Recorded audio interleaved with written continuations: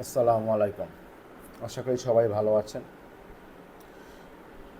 মনের শিকল বা মনের দাসত্ব থেকে মুক্ত হওয়া এত সহজ না। হাতের বেড়ি ভাঙা যায়, মনের শিকল ভাঙা এত সহজ না।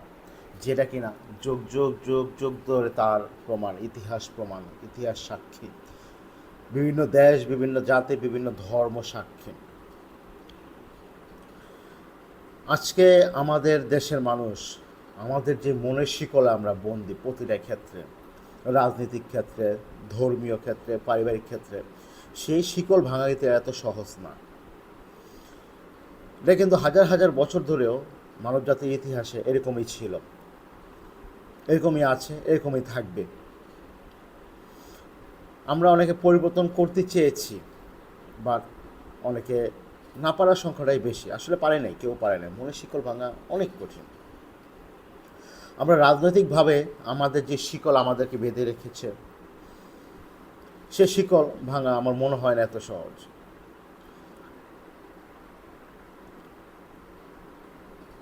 এখন আমরা আমাদের দেশ নিয়ে আমাদের চিন্তা, আমাদের চেতনা, আমাদের ধারণা এক একজনের এক এক রকম। আম, দেশের মধ্যে দিয়ে কি হচ্ছে, কি যাচ্ছে, আমরা অনেকেই জানি। তো একটা জিনিস আমাদের ভুলে গেলে হবে না।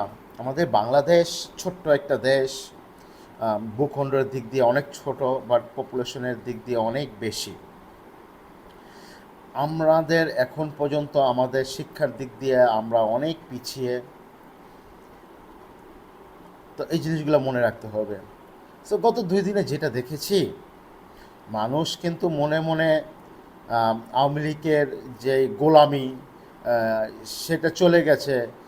মানসিকভাবে কিন্তু তারা বিএনপির গোলামি মেনে নিয়েছে অনেকেই। কিন্তু বর্তমান সোশ্যাল মিডিয়ার যুগ, গ্লোবালাইজেশনের যুগ, সারা পৃথিবীতে আমাদের ভাই বোন আত্মীয় স্বজনরা ছড়িয়ে ছিটিয়ে আছেন।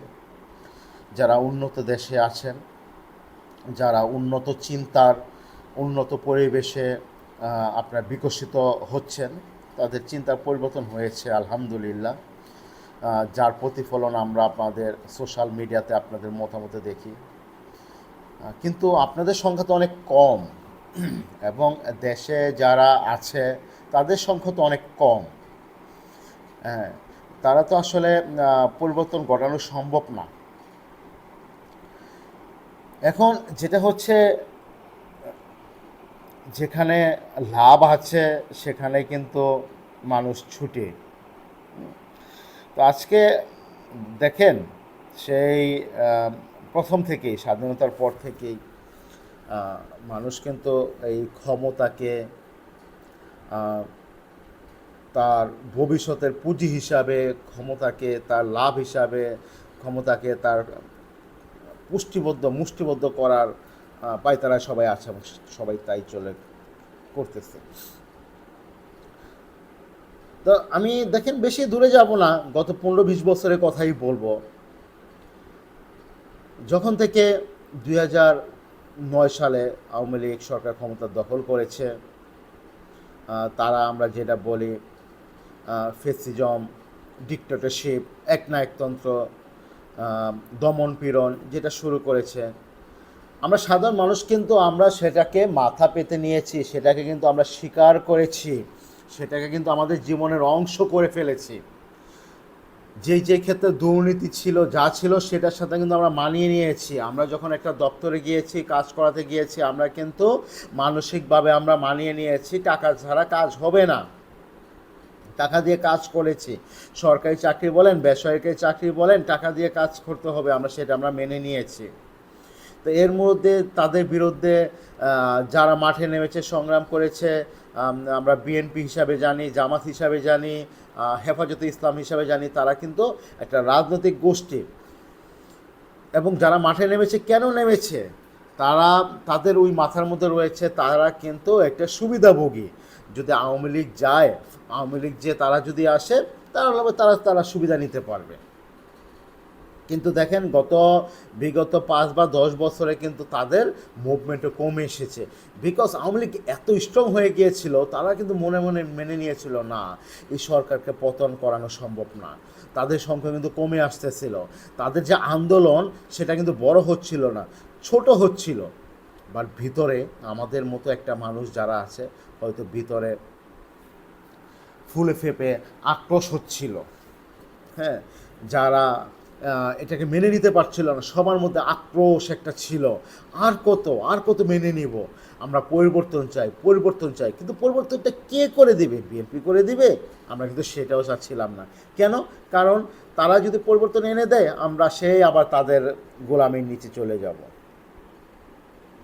তা এখন আমাদের পরিবর্তনটা এসেছে, আলহামদুলিল্লাহ এসেছে, কিন্তু একটা বিষয় বুঝতে হবে, পরিবর্তনটা কিন্তু খুব দ্রুত সময় চলে এসেছে, হ্যাঁ, যেটা কিনা আমাদের দাসত্ব, আমাদের মানসিকতাটা চেঞ্জ করতে পারেনি। আপনার যদি 1971 সালে চিন্তা করে দেখেন, আমাদের 9 মাস রক্তক্ষয়ী যুদ্ধ হয়েছে, 9 মাস সময়টা কিন্তু অনেক বেশি। সেই সময় কিন্তু দেশের পপুলেশন ছোট ছিল, অনেক অনেক পরিবর্তন ছিল। আজকের ব্যবস্থা থেকে চিন্তা করলে অনেক কিছুর পরিবর্তন অন্যরকমভাবে ছিল। তো সেই 9 মাস রক্তক্ষয়ী যুদ্ধে কিন্তু মানুষের চিন্তা চেতনা কিন্তু নতুনভাবে তৈরি হয়েছিল, নতুনভাবে তৈরি হওয়ার সময় পেয়েছিল। আমার যেটা মনে হয়, আমি জানি না, আমি আমার পার্সোনাল অভিজ্ঞতা থেকে বলছি, অনেকে হয়তো সূচনা লগ্নে যারা হয়তো মুক্তিযুদ্ধের পক্ষে ছিলেন না, একটা সময় গিয়ে হয়তো তারাও পক্ষে ছিলেন, কারণ তারা দেখতেছিলেন পাকিস্তান কি করেছিল, কি করতেছে, এবং আমাদের দেশের মানুষকে স্যাক্রিফাইস করতেছে। তো যারা হয়তো প্রথম দিকে যুদ্ধের সাথে সম্পৃক্ত হয়নি, তারা মাঝামাঝি পর্যায়ে বা শেষের দিকে কিন্তু সম্পৃক্ত হয়েছে। আবার প্রথম দিকে যারা মুক্তিযুদ্ধের বিপক্ষে ছিল, তারাও কিন্তু মুক্তিযুদ্ধের পক্ষে চলে এসেছে, হয়তো যারা রাজাকার বলা হয় এই জিনিসগুলা। বা অনেকে যারা প্রথম দিকে পক্ষে ছিল, তারা হয়তো শেষের দিকে বিপক্ষে চলেছিল। এরকম কিন্তু বহুত পরিবর্তন ঘটেছে। সেটা আসলে একটা ধারণা থেকে বলছি, ইতিহাসের বিভিন্ন পান্নাগুলা বিভিন্ন পড়ে বা মানুষের মুখ থেকে শুনে শুনে, এটা একটা জাস্ট একটা ছোটো একটা সামারি হিসাবে আমার আসলে আর কি বলা, এটার কোনো ভ্যালিডিটি নাই, হ্যাঁ, যেটা আর কি বললাম আর কি, বলা আর কি মনে হয়েছে আর কি আজকে সিচুয়েশন থেকে আর কি, বর্তমান সিচুয়েশন থেকে, বর্তমান আমাদের মন মানসিকতা, আমাদের মুভমেন্ট থেকে। তো আমার বসবাস ঢাকার বাড্ডাতে। তো গত কয়েকদিন যাবৎ যেভাবে দেখছি বিএনপির জয় জয়কার মিন্স সামনে নির্বাচন হবে, নির্বাচনে তারা জিতবেই 100%। শুধু সেই ধরনের না, তারা অলরেডি নির্বাচিত, হ্যাঁ, কারণ আওয়ামী লীগ যেভাবে দেশ ছেড়েছে, তাদের কোনো আসলে অস্তিত্ব নেই এখন। তাদের জয়কার, যেখানে মানুষ আগে আওয়ামী লীগের গোলামত্ব করতো, এখানে তারা বিএনপির সামনে মাথা নত করছে, তারা নিজেরা স্বেচ্ছায় গিয়ে তাদের নিচে মাথা নুয়ে দিচ্ছে। খুব খারাপ লাগছে এগুলো দেখে, খুব খারাপ লাগছে। কেন কেন এই গোলামির শিকড় কে ভাঙবে? তো এখন আমি যেটা হচ্ছে সবাইকে বলি, দেখেন, এই যে তত্ত্বাবধায়ক সরকার বা অন্তর্বর্তীকালীন সরকার, ইন্টেরিয়াম সরকার, তাদের মেয়াদটা একটু দীর্ঘ হতে হবে।